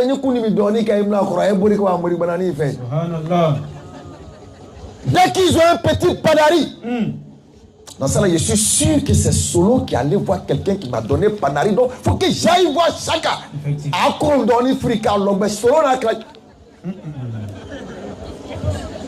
Il va nous éprouver. Mets-nous sur la voie de ceux qui t'ont comblé de tes bienfaits. Pourtant, parmi les bienfaits d'Allah, à l'égard de ceux qui l'aiment, il y a l'épreuve. L'épreuve est un bienfait. Effectivement. L'épreuve là, c'est un bienfait pour le croyant. Parce que l'épreuve va permettre au croyant de tester à lui-même la sincérité de sa foi. C'est fort. Mais quand vous prenez le mot même épreuve, écoutons. Prenez le mot épreuve. C'est-à-dire toute épreuve amène à donner des preuves. Toute épreuve. Quand on dit épreuve physique, on veut voir si ton physique tient. C'est clair. Épreuve orale, on veut que tu prouves car l'oral tient bon. Effectivement. Épreuve écrite, on veut te tester pour voir si à l'écrit tu es bon. C'est clair. Donc toute épreuve appelle à prouver, à donner des preuves. Effectivement. Voilà le sens de l'épreuve. Quand on dit éprouver, éprouver c'est prouver. On t'éprouve pour que tu prouves ce que tu vaux. Ça c'est le dictionnaire béni islam. Allah il va t'éprouver pour que tu prouves ce que tu vaux. Effectivement. Au nom de ta foi. Allahu Akbar. Faut que tu prouves. C'est clair. Tu dis je suis musulman. Il faut prouver à toi. Ibrahim Drake Bado. Ibrahim Bomoshibla. Ibrahim Pantalon Pan. Ibrahim Drake Pan. Qui a Iramo, il a pris l'Israël. Il n'y a pas de drap. Entre toi et God, il faut prouver maintenant. C'est clair. Il te prouve pour que tu prouves la véracité de ce que tu présentes de façade. Effectivement. Il faut que tu prouves ça. Non. Dans l'intimité et dans la profondeur. Il faut que tu sois ce musulman ou cette musulmane. C'est clair. Positif. Alors... Parce que les musulmans, nous sommes des mecs positifs. Effectivement. La musulmane, elle est positive. Non. Parce que le musulman, quelle que soit l'épreuve, quelle que soit la chose qu'il va éprouver, sa positivité va se définir. Faire la bonne annonce aux endurants. Qui disent quoi? qu'un malheur les atteint. Voici le positif, man. Certes, nous sommes à Allah. Nous sommes à Allah. Et c'est à lui que nous retournerons. Voici le positif, man. Les positifs men, women, qui lorsque l'épreuve tombe sur eux, et ils regardent dans l'épreuve le bonheur qui surgit, le bonheur qu'il y a entre l'intimité et l'amour que Allah veut qu'il prouve.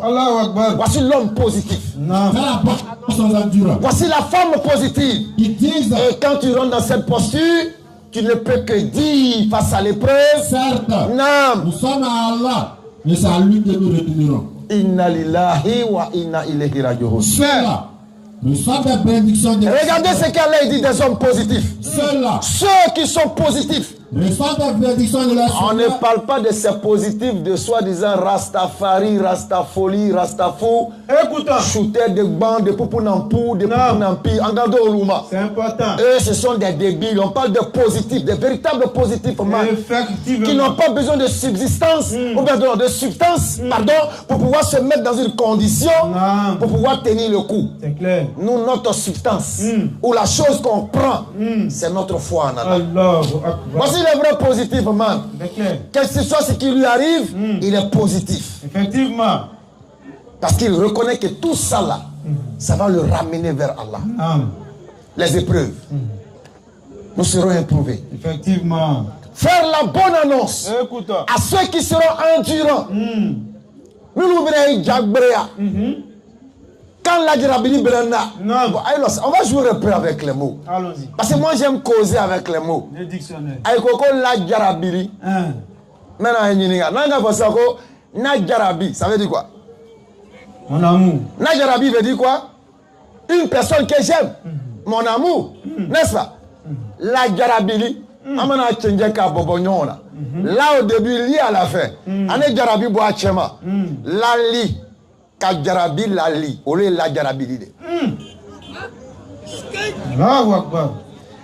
C'est-à-dire, dans le Lajarabi, Allah il veut démontrer que il éprouve ceux qui l'aiment. C'est clair. Allah la Jarabi Moya, Allah la Jarabi là. Allah Akbar. Les mots nous parlent, mais on ne prête pas attention à leur langage. C'est clair. Chaque mot. Et faire la bonne annonce aux endurants. Qui disent lorsqu'une épreuve les atteint. Certes, nous sommes à Allah, mais c'est à lui que nous retournerons. Nous sommes tous des éprouvés. En bella Jarabinine. Quel que soit le degré, nous sommes tous éprouvés. C'est clair.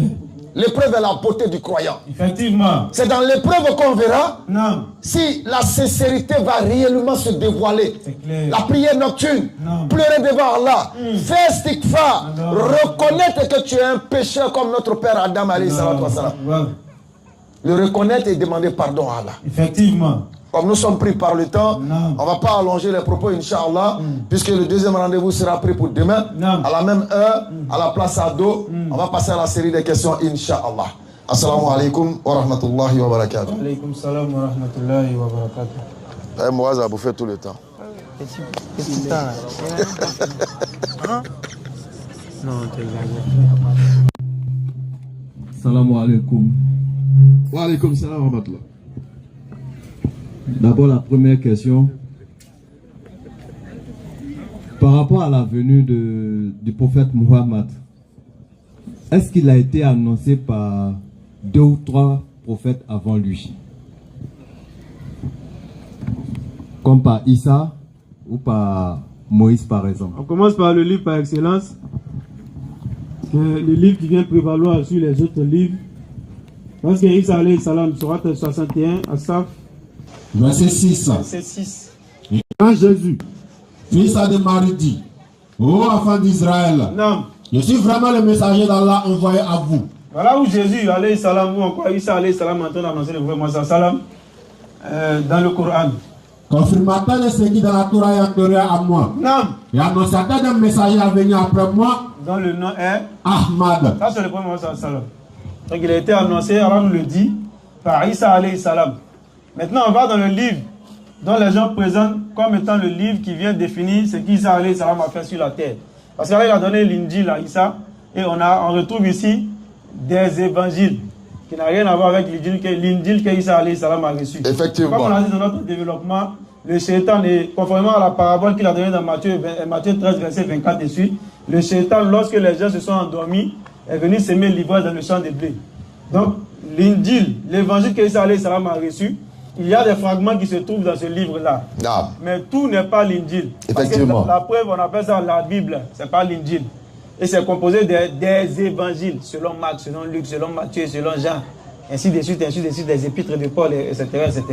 Donc il n'y a pas l'évangile carrément de Jésus, mais nous disons que c'est disséqué. Il y a certaines paroles qui peuvent être attribuées à Jésus, effectivement, parce que ça montre les théories qu'il a prêchées et dont Allah nous parle dans le Coran. Donc on va prendre l'une de ces paroles-là. On remonte d'abord pour Moïse, qui est, n'est-ce pas, l'Ancien Testament, comme on l'appelle, dans Deutéronome 18. Je l'ai même dit dans le développement, où il a annoncé clairement le vrai Mohammed sallam. Deutéronome 18. Le verset 18. Je les susciterai du milieu de leurs frères. Ici, pour décortiquer rapidement, il est en train de s'adresser au peuple d'Israël. Et on le sait tous, le peuple d'Israël, c'est, n'est-ce pas, les tribus, les Asbat, comme on l'appelle dans le Coran, qui sont les enfants de Yacoub. Yacoub qui a appelé Israël. Donc ces 12 enfants qu'il a eus ont été appelés les 12 tribus d'Israël. Donc Moussa alayhi salam, qui est descendant de ce peuple-là, qui remonte directement au second fils de notre père Ibrahim alayhi salam, qui est Ishaq. Il a eu 2 enfants. Il y a eu le second qui est Ishaq, il y a eu le premier qui est, n'est-ce pas, Ismaïl.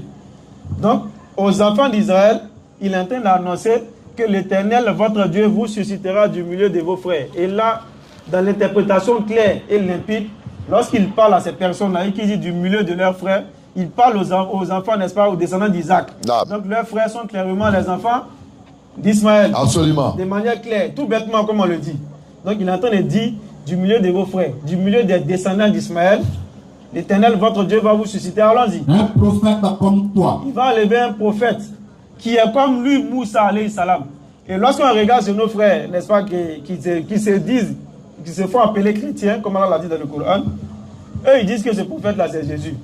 En même temps, en le disant, ils disent que Jésus est Dieu. Subhanallah. Bon, en même temps qu'ils disent qu'il est le prophète annoncé par Moïse, ils disent en même temps qu'il est Dieu. Donc il y a une confusion totale. Il est un prophète annoncé par un autre prophète. En même temps, il est le Dieu qui est en train de mettre les paroles de la bouche de ce prophète-là pour annoncer un autre prophète. Pourquoi il n'annonce pas Dieu directement? Il y a un problème. Donc là, il est en train d'annoncer un prophète. Et selon les preuves, il annonce le prophète Mohammed alayhi salatu wa salam. On continue. Matthieu. Oui. Non? Oui. Deutéronome 18, le verset 18. Il a suscité du milieu de leurs frères. Faut le caler. Un prophète comme toi. Un prophète comme Moussa alayhi salam. Je mettrai mes paroles dans sa bouche. Et lorsqu'on prend même le côté, n'est-ce pas, ce qu'on appelle le côté charnel, comme on va le dire, le côté mondain, Moussa alayhi salam est différent en tout point de vue de Jésus. Parce que Jésus il est venu, il est né, n'est-ce pas, sa conception a été miraculeuse. Allah a fait un miracle dans le ventre de notre mère, Mariam alayhi salam, où Jésus alayhi salam est sorti de manière miraculeuse. Ça fait un. La naissance était normale, mais la conception était miraculeuse. Ça, c'est Allah qui l'a fait.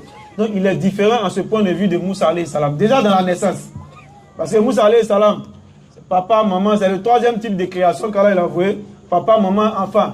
C'est comme ça que Moussa est venu. Donc, déjà dans la naissance, ou disons dans la conception, ils sont différents. Ça fait un. Moussa alayhi salam, il a été un guerrier. Ça dit qu'il a mené, n'est-ce pas, des rasoirs, il a fait des expéditions. Chose que Isa alayhi salam ne l'a pas fait. Lui, il a tourné, on cherchait à le tuer. C'est pour mener jusqu'à ce gars-là l'élève vers lui, ils n'ont pas pu le tuer. Mais Moussa alayhi salam, lui, il a mené des batailles. Comme le prophète Mohammed sallallahu alayhi wa sallam, pour défendre le tawhid, il a eu, n'est-ce pas, à se défendre, à défendre la religion d'Allah. Comme le prophète Moussa. Jésus ne l'a pas fait. Seconde chose, il a épousé des femmes. Jésus n'a pas épousé de femmes. Là encore, ils sont pareils. Il a été envoyé vers un peuple. Il a été combattu par son peuple à l'égard de Mohammed alayhi salatu wa salam, aussi à l'égard de tous les prophètes. Donc, il y a des points communs de tous les prophètes, mais il y a des points spécifiques. Quand on regarde ces points spécifiques-là, il ne partage rien de ces points-là avec Jésus. Donc, lorsque Dieu il parle ici dans ce verset, il est clair qu'il s'agit, n'est-ce pas, d'un prophète comme Moïse. Il s'agit du prophète Mohammed alayhi salatu wa salam. Donc, continue le verset. Et c'est quoi l'élément qu'il a cité? Je mettrai mes paroles dans sa bouche. Et il leur dira tout ce que je lui commanderai. Allah dit du prophète alayhi salatu wa salam, on sait tout ce verset là. In huwa illa wahyun yuha. Le prophète, c'était des révélations. C'est ce que Moussa et l'Éternel dans la Bible a dit à Moussa. Je mettrai mes paroles dans sa bouche. Ça dit, il ne parle pas par passion. Ce qu'il dit, c'est ce que Allah lui révèle qu'il dit. Ça, c'est une qualité. Mais en même temps, ils le disent, quand ils disent que Jésus est Dieu, donc quel Dieu met les paroles dans la bouche de lui, Jésus Dieu? Donc encore, il est éliminé encore ici. Parce que s'il est Dieu, et quand on dit que Dieu va mettre les paroles dans la bouche de ce prophète, alors quel Dieu met les paroles dans la bouche de leur Dieu? Donc ça veut dire qu'au-dessus de leur Dieu, il y a un autre Dieu. Là encore, il est éliminé. Donc en tout point de vue, pour n'est-ce pas résumer ici, il ne peut pas s'agir de Jésus. Ici, nous le disons et nous le soutenons à chaque fois, il s'agit du prophète Mohammed, alayhi salatu wa salam, qui est en train d'être annoncé par Moussa. Et ça fait partie des fragments qu'Allah a pu, n'est-ce pas, garder pour que nous puissions entrevoir la vérité. Et comme j'ai l'habitude de le dire, au travers de cette petite ouverture de vérité-là, on peut tirer la vérité pour la faire sortir. Donc ça, c'est un élément clair. Voilà une des annonces du prophète Mohammed alayhi salatu wa salam. La seconde annonce, nous disons que Jésus l'a dit aussi dans ce qu'ils ont appelé le Nouveau Testament. Il a annoncé... Ce qu'ils ont appelé le Nouveau Testament, il a annoncé, n'est-ce pas, le prophète Mohammed sallallahu alayhi wa sallam, avec les thèmes comme étant, n'est-ce pas, le sauveur, le consolateur, pardon. Et dans Jean 16 dans le verset 7.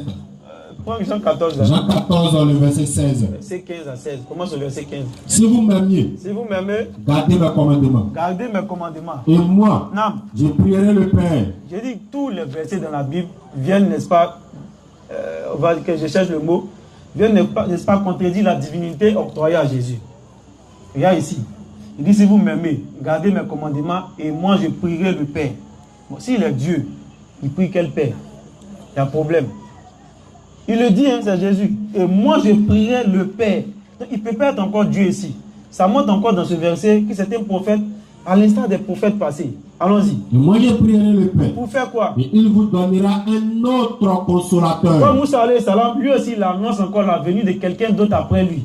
Et quand vous prenez le verset dans son originalité, n'est-ce pas, dans les termes grecs, on vous dit les termes employés là sont les termes employés pour une entité humaine.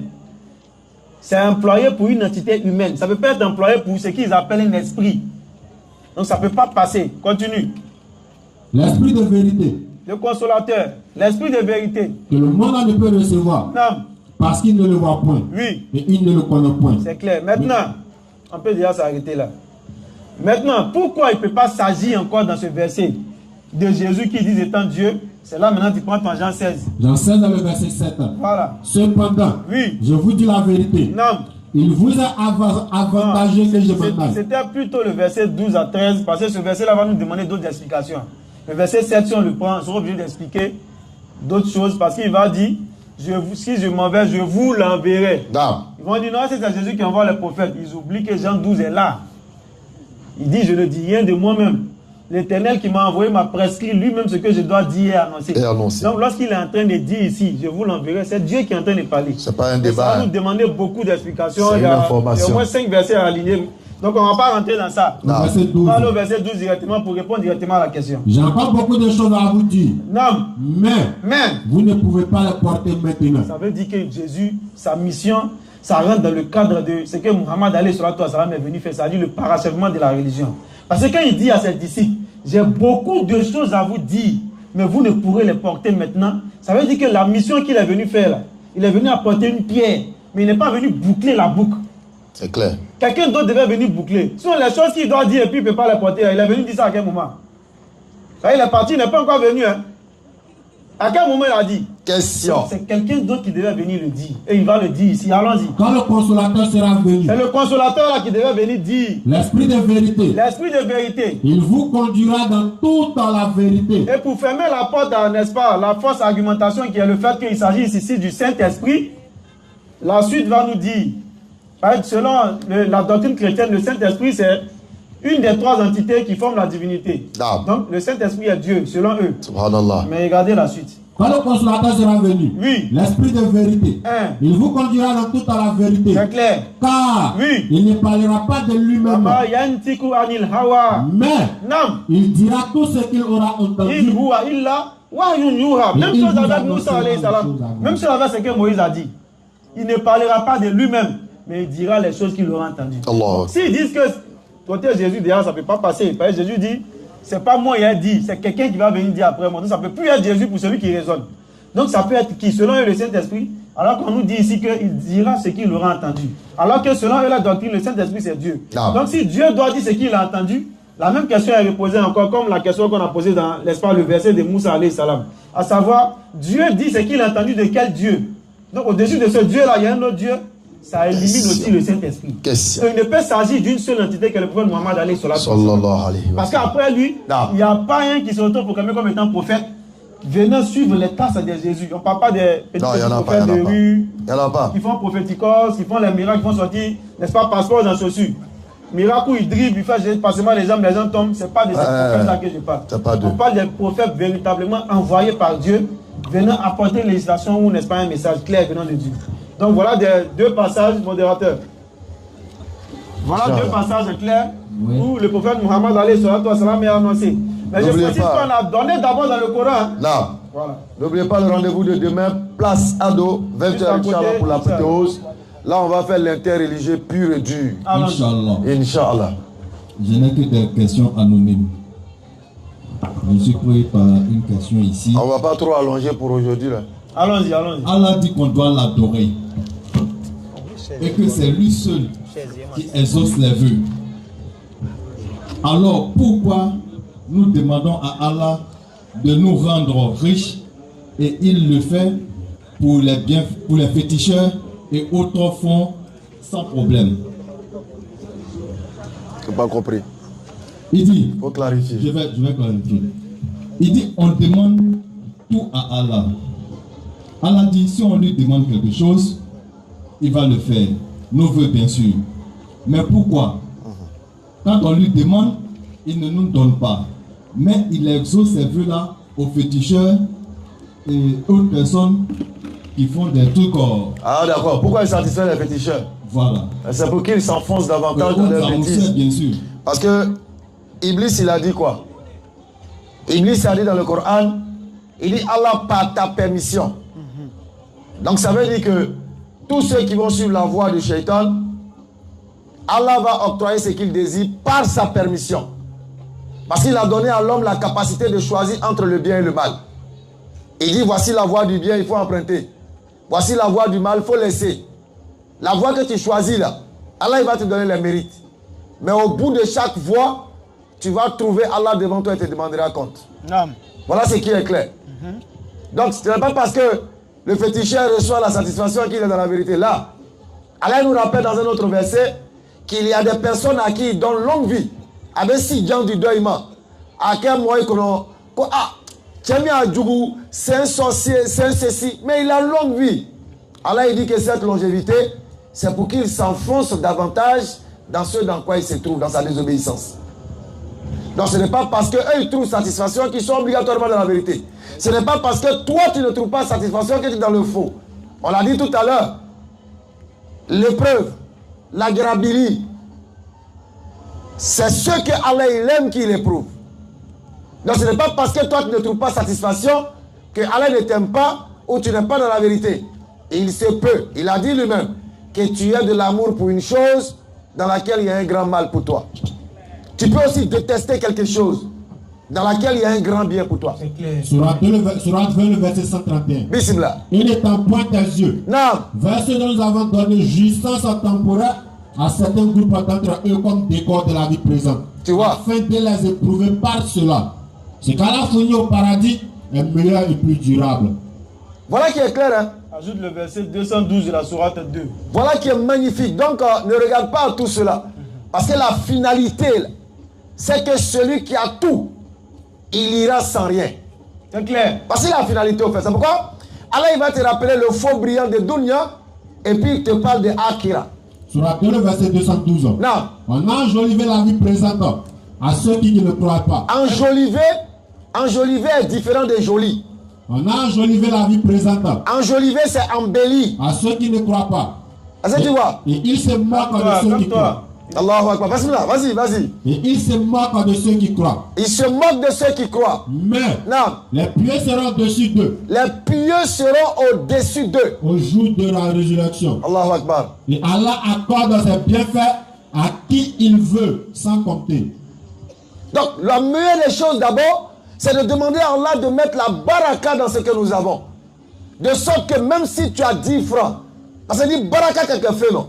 Na frotterie Rebi fait. C'est clair. Baraka.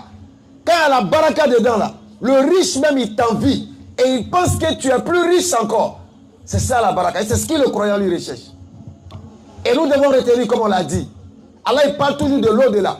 De l'au-delà. Parce que c'est une réalité. C'est une vérité. C'est absolu. Et c'est ça qui doit être la priorité. Parce qu'il y a on est connu d'Allah. Il nous prévient sur l'au-delà. Non. Donc ne regardez pas ça, oui, le féticheur il a fait. Il est là. Aïe, la banque elle a dit. Regarde la fin de ceux-là. Et toujours, les gens ont dit non, tu penses que c'est pour rien, le diable te dit, donne ton orteil, donne ton doigt, prends un poulet vivant, brûle-le, enterre un bœuf vivant, tue ton homme. Tu penses que c'est cadeau? C'est des preuves parce qu'il sait que l'homme est très discuteur et menteur. A demandé dans la brèche. Donc Iblis il se met à l'abri en prenant de nous des éléments de preuve. Ni qui d'agbré à l'homme il est le cobetrillo, il est le cobello. Tu as fait, mais tu n'as pas fait. Tu ne pourras pas nier. Le jour où tu vas nier, tu vas d'accord. Comment il sait où est ton orteil? Où est ton doigt? Tel enfant. Donc c'est des éléments de preuve. Surat 6, verset 44. Donc n'envions pas ce faux brillant. Bismillah. Puis, lorsqu'il eut oublié ce qu'on leur avait rappelé, Allahu Akbar. Nous les ouvrîmes à la porte en donnant toutes choses à l'abondance. Et qu'il eut exulté de joie en raison de ce qui leur avait été donné. Nous les saisîmes soudain. Et les voilà désespérés. Donc regardez plutôt la finalité et non au début. Regardons la finalité. Et la finalité, c'est ce qui est spirituel. Effectivement. Ce n'est pas ce qui est matériel ou physique. C'est clair. Donc regardons cette finalité, focalisons sur cette finalité et soyons licites dans tout ce que nous faisons. Voilà ce que je voulais dire ça. C'est clair. Termine la Sourate 3, verset 197.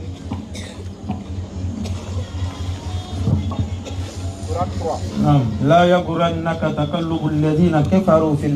Surat 3, le verset 190. Attention, chers musulmans, ne pensons pas que la possession des biens matériels est un signe d'agrément ou d'amour d'Allah. Ça c'est clair.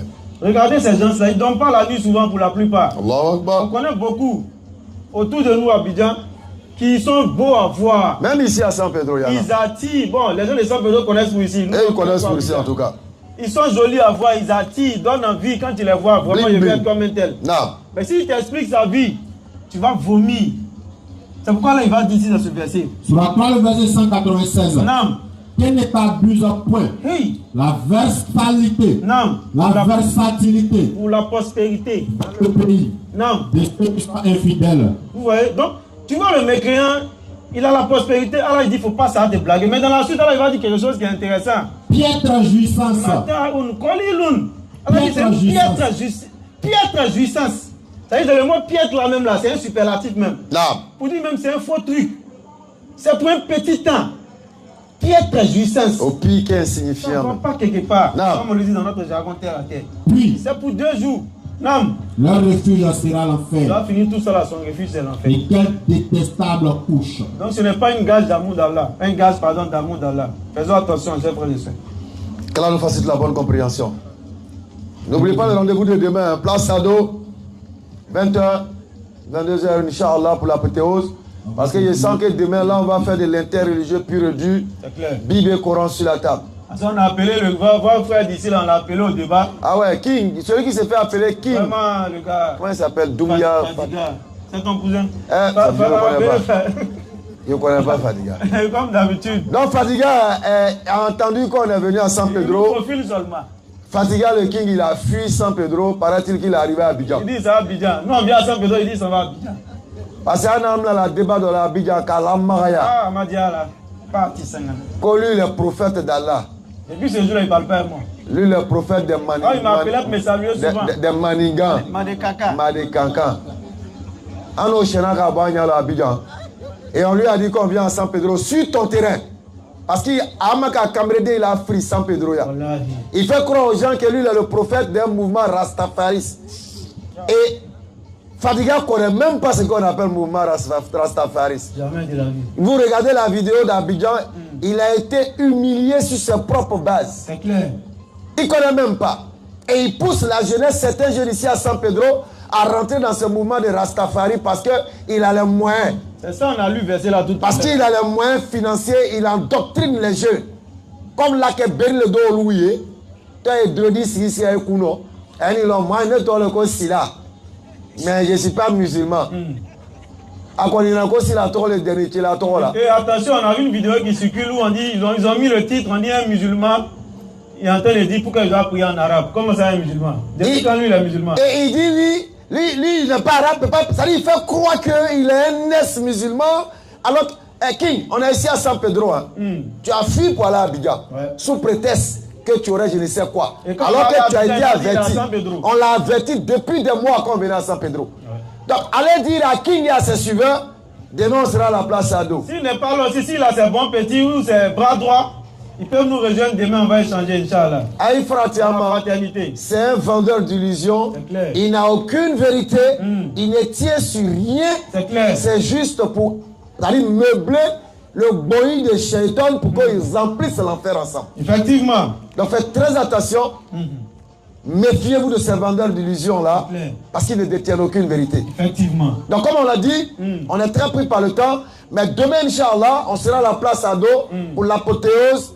Là, amenado, Bible, Coran, les éléments pour ressortir même l'enseignement en profondeur. Peut-être même ce que vous n'avez pas encore entendu, Inch'Allah. Modérateur. On va conclure avec le frère Hilaire, et non pas le frère King, mais le frère Hilaire. Non, King lui peut pas. King a qu'à devenir ici là. King il peut pas. Même si tu le payes. Et je pèse bien mes mots, même si tu le payes. Je serai auprès de vous. On verra si demain on peut projeter cette vidéo là. C'est mieux. Si on doit projeter, on va projeter un peu tôt avant. Voilà, on va voir si on peut projeter la vidéo où il a été sérieusement nettoyé avec son maningankan. Amaerelo. Bismillah. En fait,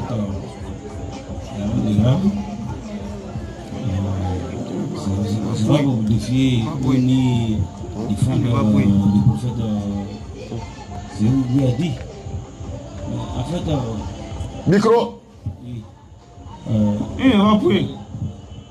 Hein? Vous avez commencé un peu. Ouais, modérateur. Parlez un peu plus fort. Ok, donc il disait. Ça va vous défendre le prophète que vous voulez défendre. Allons-y un peu vite, frère. Aujourd'hui, nous sommes la jeunesse aujourd'hui. En fait, je sens que ta langue est un peu lourde. Non. Non. Frère, tu es poué? Non. Tu n'es pas poué? Non. Tu es sûr? Oui. Allons-y. Je te crois, allons-y. Ok. Aujourd'hui, quand on se dit entre la jeunesse, aujourd'hui, on est là, on se dit. Soumaro. Il t'a gagné, boya. Voilà. Alors, donc, comme on l'a dit. Merci. Bon, ok, Koulibaly. Bon, c'est un Bakayoko.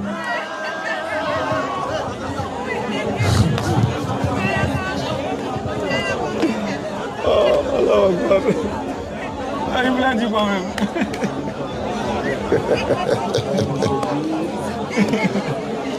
Alors, jeunesse musulmane, on prend le rendez-vous pour demain, Inch'Allah, mais avant, retenez que l'islam est la meilleure des religions.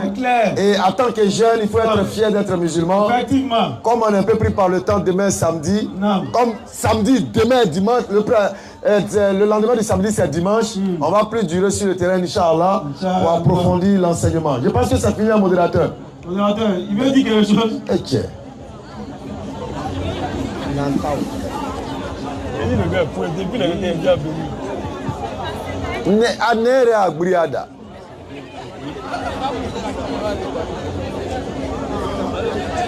C'est sûr.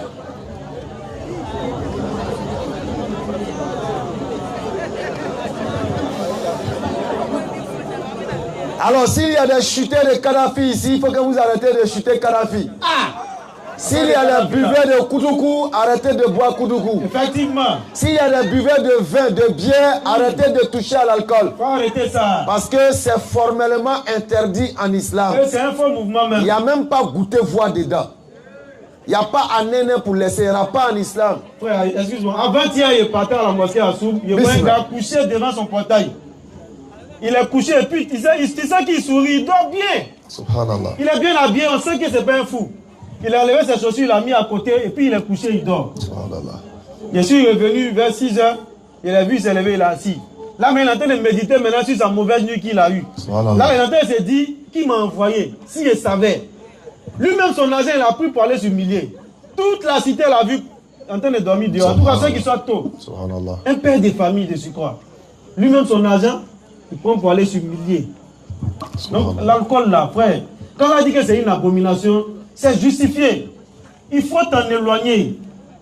Il faut quitter. C'est-à-dire, on dit alcool, là, il faut quitter à côté. Si tu sais que tu es faible, ça peut t'attirer, là, il faut fuir ça. Parce que c'est nocif. Ça diminue tes facultés intellectuelles. Non seulement tu es saoulé, tu fais la mauvaise chose, tu peux faire des choses qui vont impacter toute ta vie. Mais quand tu vas finir ça là, on dit ça diminue encore tes facultés intellectuelles. Ça va jouer sur ton poumon, ton foie et même ton cœur. Après, c'est pour s'asseoir et puis c'est pour mener à l'ordonnance. Voilà. Ça donne la compréhension. Amen. Merci. Excusez, j'ai une préoccupation. Allez-y. Frère du nom de Yao, qui est baoulé, qui s'est converti. Il dit son problème, c'est que quand il va à la mosquée, lui il ne comprend pas bien le malinké. Mais la plupart, c'est dans la langue malinké qu'on parle.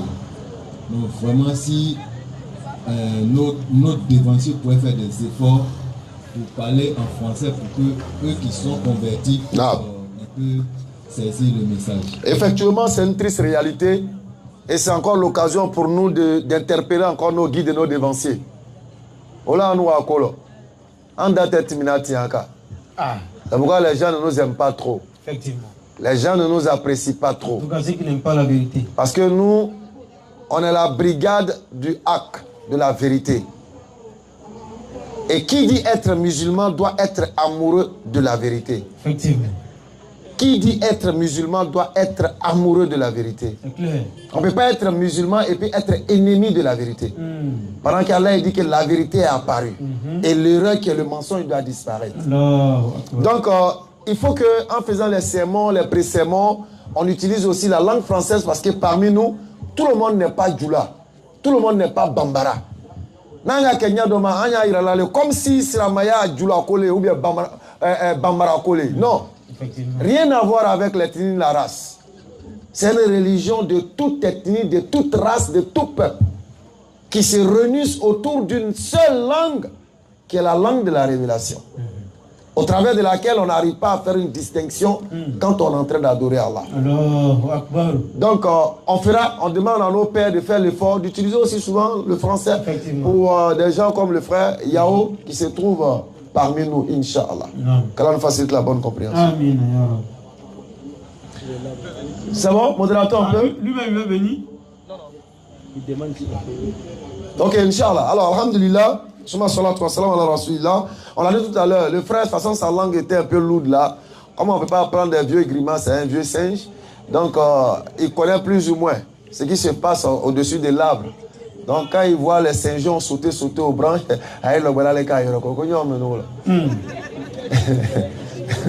donc, quand nous facilite la bonne compréhension. Alors, soyons fiers d'être musulmans et maintenons cette flamme spirituelle en fréquentant ces genres d'endroits. Si on ne sait pas, demandons à nos imams. Ils ont étudié et appris pour cela. Il faut aller leur demander. Avec l'esprit du discernement. Il faut savoir faire la part des choses. L'obéissance au guide est un devoir pour tout musulman. Mais pas l'obéissance à n'importe quel prix. Il faut faire très attention. Bonne précision.